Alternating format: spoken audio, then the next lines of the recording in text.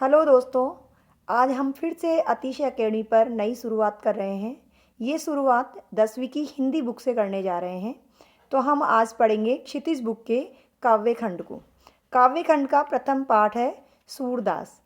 जैसा कि आपने अर्धवार्षिक परीक्षा में भी देखा होगा कि सूरदास पाठ के पद को परीक्षा में पूछा गया है, उसी पद्यांश में से क्वेश्चन भी पूछे गए हैं। तो ये बहुत ही महत्वपूर्ण भाग है। काव्य खंड में से व्याख्या भी पूछी जा सकती है या फिर पद्यांश देकर के क्वेश्चन भी पूछे जा सकते हैं। तो आज हम प्रथम अध्याय सूरदास शुरू कर रहे हैं। सूरदास जी सगुण भक्ति धारा के कवि हैं। आप सभी जानते हैं इन्होंने कृष्ण भक्ति के अनेक पद लिखे। इनके जो 3 काव्य खंड है वो बहुत ही महत्वपूर्ण है, सूरसागर, साहित्य लेरी और सूर सारावली। आज जो पद पढ़ेंगे वो भ्रमर गीत से लिए गए हैं, जहाँ श्री कृष्ण भगवान मथुरा से उद्धव जी को संदेश लेकर गोपियों के पास भेजते हैं। तो गोपियों और उद्धव जी के बीच में जो संवाद होता है उसी को इनके पदों में दिखाया गया है। ये जो पहला पद है वही पद अर्धवार्षिक परीक्षा में पूछा गया था। उधो तुम हो अति बड़भागी, अपरस रहत सने तगाते, नाहिन मन अनुरागी, पुरइनि पात रहत जल भीतर, तारस देह न दागी। जो जल महा तेल की गागरी, बूंद न ताको लागी, प्रीति नदी में पाऊँ न बोर्यो, दृष्टि न रूप परागी। सूरदास अबला हम भोरी, गुर चीटी जो पागी। तो इस पद में गोपियाँ उद्धव जी से कहती है कि हे उद्धव, तुम बहुत ही भाग्यशाली हो। गोपियाँ उद्धव की प्रेमहीनता पर यहाँ व्यंग करती है और कहती है कि हे उद्धव, तुम सचमुच बड़े ही भाग्यशाली हो, क्योंकि तुम कभी भी प्रेम के धागे से नहीं बंधे हो। यहाँ जो तगा शब्द है इसका अर्थ धागा है। स्नेह यानी प्रेम से, यानी तुम प्रेम से नहीं बंधे हो। नाहिन मन अनुरागी, और न ही तुम्हारा मन अनुराग में डूबा है। तो यहाँ उद्धव जी से गोपियाँ कहती है तुमने प्रेम नहीं किया, इसलिए तुम यहाँ बड़े ही भाग्यशाली हो, क्योंकि हमने श्री कृष्ण से प्रेम किया और श्री कृष्ण हमें छोड़कर चले गए, तो आज हम बहुत ही दुखी हो रहे हैं। तो उद्धव जी से वो यही कहना चाहती है कि तुम प्रेम बंधन से उसी प्रकार से सर्वथा मुक्त रहते हो, जिस प्रकार पुरइनि पात रहत जल भीतर, तारस देह न दागी। जिस प्रकार से कमल का पत्ता जल में रहते हुए भी उसके स्पर्श से बिल्कुल मुक्त रहता है, अर्थात कमल के पत्ते पर पानी नहीं ठहरता है, एक बूंद भी उसको स्पर्श नहीं कर पाता है।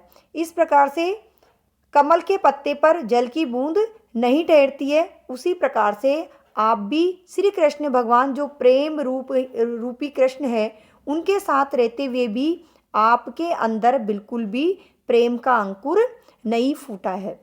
तो उसी तरह से गोपियाँ दूसरा उदाहरण देती है, जो जल महा तेल की गागरी, बूंद न ताको लागी। जिस प्रकार से एक मटकी जो पूरी तरह तेल की भीगी हुई है और उसको पानी में डुबाया जाए तो उस पर एक बूंद भी पानी की नहीं ठहरती है।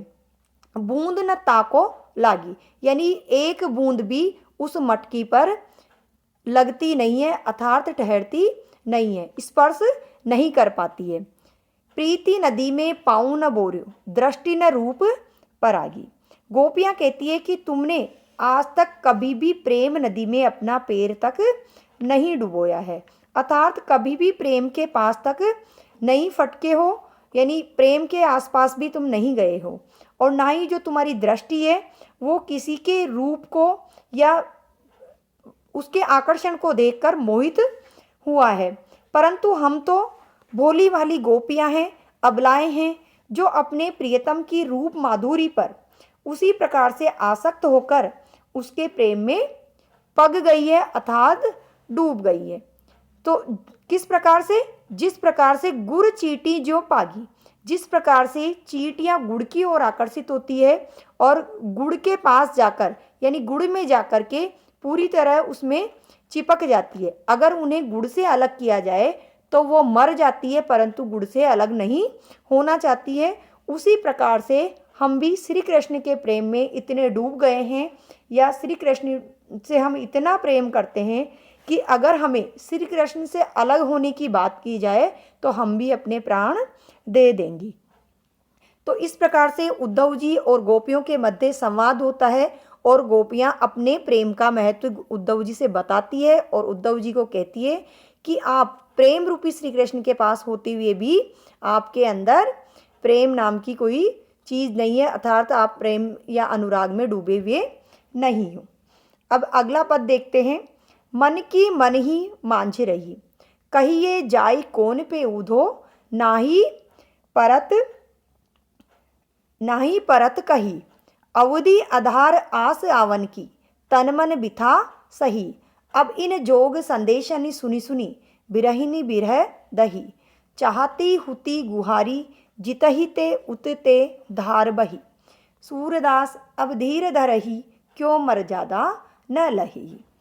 तो यहाँ गोपियाँ कहती है सूरदास जी के माध्यम से, यानी सूरदास जी ने जो पद लिखा है वो गोपियों के लिए लिखा है और गोपियाँ कहना चाहती है उद्धव जी को कि विरह व्यथा को हम जो व्यक्त कर रहे हैं, हमारी जो दयनीय दशा है, वो है उद्धव जी, हम आपको बता रहे हैं कि हमारी कितनी बुरी दशा हुई है।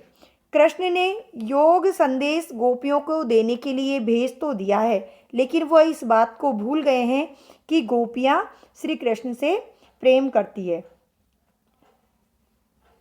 उद्धव को गोपियाँ कहती है कि हमारे मन की जो बातें हैं वो हमारे मन में ही रह गई है, यानी हम अपने प्रेम को श्री कृष्ण से जब व्यक्त करना चाहते थे तो तब तो वो हमें छोड़कर चले गए हैं।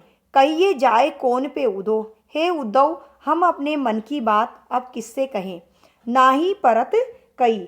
अब हमें ये हम जो हमारे मन की बातें हैं वो जब हम कहना चाहते हैं तो श्री कृष्ण यहाँ से चले गए हैं, तो हमारे जो मन की बातें हैं वो तो मन में ही रह गई है। इसलिए हे उद्धव अब हम अपनी बातें किससे और कैसे कहें। अब तक तो हमें कृष्ण के आने की आशा थी। अवधि आधार का मतलब है कि जो ये समय बीत रहा है, ऐसे में आस आवन की, श्री कृष्ण भगवान की जो आने की आशा थी, तो हमने जब तक तो इंतज़ार कर लिया और उनके प्रेम से मिली जो हमें विरह की, तन मन की जो अग्नि में हम जल रही थी उनके विरह की में, उसको हमने सहन कर लिया।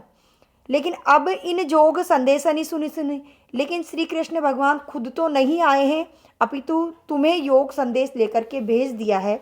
तो आपके जो ये योग संदेश है उसको सुनी यानी सुन करके जो विरह की अग्नि है वो और अधिक जल रही है, विरह दही यानी और अधिक दहक रही है। चाहती हुती गुहारी जितही ते, उतते धार बही। गोपियाँ कहती है कि अगर हम चाहती तो आवाज़ लगाकर श्री कृष्ण को बुलाती और अब इस विरह अग्नि को अपने प्रेम धारा से उसी क्षण बुझा देती, अर्थात अपनी प्रेम धारा से इस अग्नि को हम बुझा देती। लेकिन सूरदास अब धीर धरही, क्यों मर्यादा न लही। सूरदास जी कहते हैं कि गोपियाँ उद्धव से कहती हैं कि श्री कृष्ण ने ही जब अपनी मर्यादा को त्याग दिया है तो हम किस प्रकार धैर्य धारण करें, अर्थात कृष्ण ने प्रेम में हमसे छल किया है तो हम कैसे अब शांत रह सकती है। आज हमने 2 पद पढ़े, आप इनको अच्छी तरह सुनिए और इनमें से बनने वाले क्वेश्चन का आंसर ढूंढने का प्रयास कीजिए। अगले पार्ट में हम अगले 2 पद पढ़ेंगे। एक साथ पढ़ने से आप भूल सकते हो, इसलिए हमने इस पाठ को 2 अध्याय में पूरा करने का वादा किया है आपसे। तो आज हम 2 पदों को पढ़े हैं और कल फिर अगले 2 पद को पढ़ेंगे। अगर आपको वीडियो पसंद आता है तो वीडियो को लाइक कीजिए और चैनल को सब्सक्राइब कीजिए और अपने दोस्तों को भी बताइए।